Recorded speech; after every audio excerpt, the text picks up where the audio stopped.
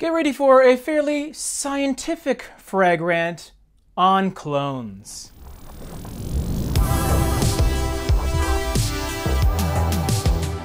Being a frag rant, we're talking about fragrance clones, not Dolly the sheep or Boba Fett. In the fragrance world, not every fragrance is completely unique.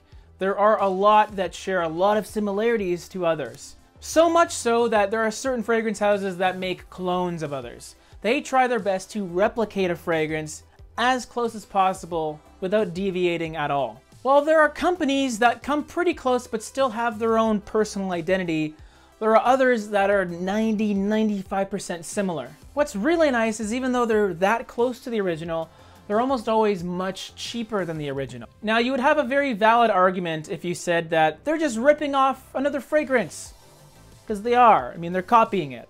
There's no real artistic creativity to a clone, but it's a much cheaper alternative. So you have a much cheaper fragrance that's only about 5 to 10% different than the original.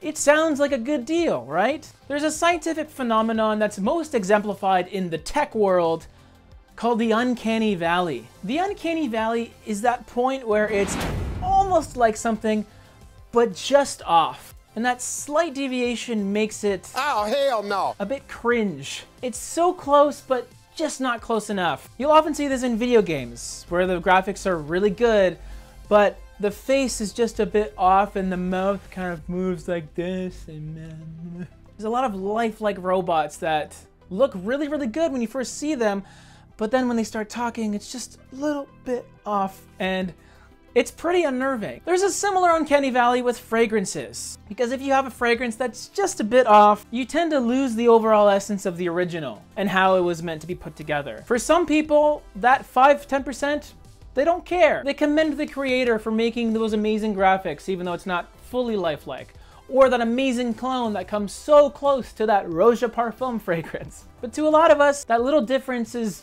enough to not get it. I almost prefer the fragrances that do a worse job at cloning a fragrance. Ones that have enough of a difference, because then it justifies having both. It's different enough that it's kind of like a different fragrance altogether. And although I think most of you can feel me on a lot of these fragrances, this is one that maybe you don't. Maybe you don't have the same opinion that I do. And that is more than welcome. In regards to opinions, guys, you can get your own.